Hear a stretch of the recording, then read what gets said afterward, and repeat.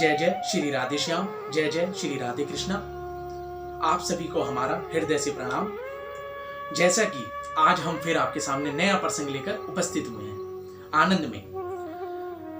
कहते हैं हमारे नित्य प्रतिदिन प्रसंगों का क्या लाभ, सुनने का क्या लाभ। तो सुनने का लाभ केवल यही है कि जैसे जो भी वस्तु सुनी जाती है कानों के माध्यम से ही सुनी जाती है, तो जो भी वस्तु का हम चिंतन करते हैं, स्मरण करते हैं, सुनते हैं, अब वो चाहे संसार के बारे में हो चाहे भगवान के प्रति हो, तो कहते हैं कानों के माध्यम से ही सुनी जाएगी। और जो चीज कानों के माध्यम से सुनी जाएगी वह एक ना एक दिन मुंह पर जरूर आएगी, यानी जीवा पे जरूर आएगी। कहते हैं जो चीज कानों से सुनी जाती है वह जीवा पे जरूर आती है। तो हमारा यही उद्देश्य है कि क्यों ना ठाकुर जी का नाम जब सुना जाएगा तो वह भी जीवा पे आएगा और उससे 84 लाख योनियों का नाश हो जाएगा और ठाकुर जी हमें भगवत चरणों की प्राप्ति करा देंगे। तो आज हमारा ये सुंदर प्रसंग इसी पर आधारित है कि कैसे भगवत चरणों की प्राप्ति हो, कैसे ठाकुर जी प्राप्त हो आनंद में।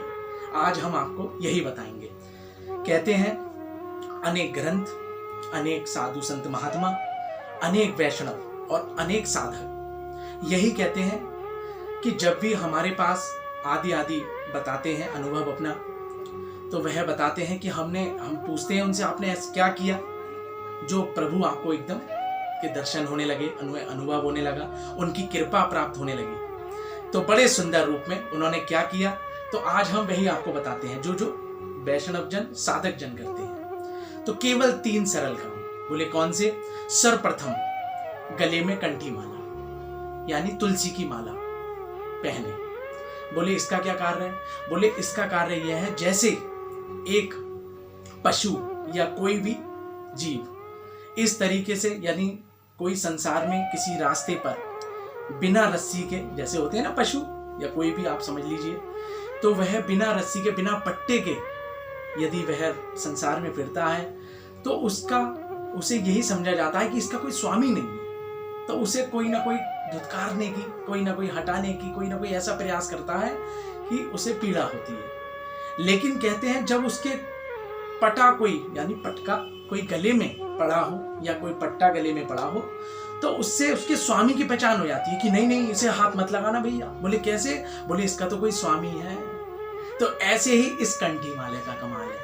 बोले अब ये कंठी माला, तुलसी की माला गले में पड़ गई है, तो कहने का तात्पर्य यह है, उससे ये आश्चर्य, ये सुंदर आश्चर्य बताते हैं कि उससे हम यम जो होते हैं, यमराज, वह हमें छू भी नहीं सकते। और साक्षात श्री ठाकुर जी का निवास रहता है इस कंठी माला में और साक्षात ठाकुर जी के दर्शन होते हैं। इस प्रकार एक तो कंठी माला, क्योंकि आज कोई हमें ऐसा नहीं जानेगा कि ये भाई कौन है, अब तो हमारे स्वामी श्री ठाकुर जी हो गए हैं। तो एक तो कंठी का ये काम। दूसरा अहिर नाम जप, जैसा कि हमारे ये माला झोली हमने ले रखी है, गुरु मंत्र ले रखा है, उसे नित्य प्रति हम करते हैं। तो कहने का तात्पर्य यह है इसके कार्य क्या होगा, इसके करने से क्या लाभ होगा। कहते हैं एक तो कंठी माला, ये 3 कार्य है, जीवन में अपनाइएगा। सच्चे वैष्णव वही हैं जो कि ये जीवन में अपनाएं। लेकिन कहते हैं इसके अपनाने के 2 कारण हैं। बोले क्या छोड़ना पड़ेगा? बोले सुंदर चीजें। बोले कौन सी? सर्वप्रथम प्याज और लहसुन का परहेज। ये तो बिल्कुल ही नॉन वेज तो है ही नहीं, लेकिन प्याज और लहसुन भी वैष्णवों को छोड़ना पड़ता है इसे बांधने के लिए। और अहिर नाम जप, जिससे ठाकुर जी का खूब नाम जप हो, या गुरु मंत्र हो या महामंत्र हो, हरे कृष्ण कृष्ण कृष्ण हरे हरे, हरे राम राम राम हरे हरे। तो कहते हैं उसका नित्य प्रतिदिन अभ्यास, पहले 1 माला, फिर 2 माला, फिर 3 माला, क्योंकि 108 मोती होते हैं, तो ऐसे ऐसे प्रतिदिन बढ़ाई जाती है। और कहते हैं कि 64 माला तक पहुंचा जाए। लेकिन ये अभ्यास पे है कि जैसे जैसे हम शुरू में एक ही करें निरंतर, फिर आप देखेंगे कि आनंद आने लगेगा, अलग ही शांति का अनुभव होने लगेगा, फिर आप वह माला बढ़ा दें। तो पहला तुलसी की माला, दूसरा तुलसी की ही बड़े सुंदर रूप में नाम जप, गुरु मंत्र का या महामंत्र का। यदि गुरु मंत्र ले रखा हो तो बहुत ठीक, यदि नहीं ले रखा तो महामंत्र। और तीसरा काम एकादशी का व्रत। तीसरा काम ये सच्चे वैष्णवों का है। ये कहते हैं ये 3 काम कौन करेगा?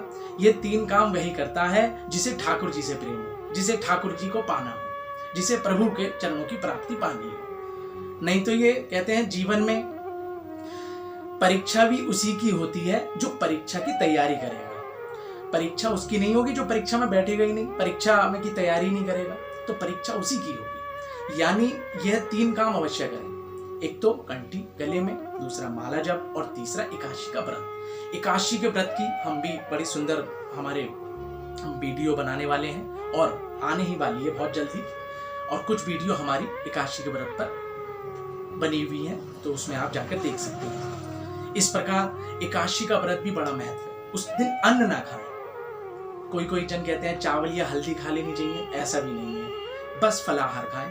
चाहे तो 3 समय खाएं, वैसे तो निर्जल होकर लें, यदि आहार ना ही ले तो बहुत सुंदर, लेकिन फिर भी कोई किसी की बीपी या डायबिटीज किसी की ऊपर नीचे हो जाए तो उसमें सही नहीं रहेगा।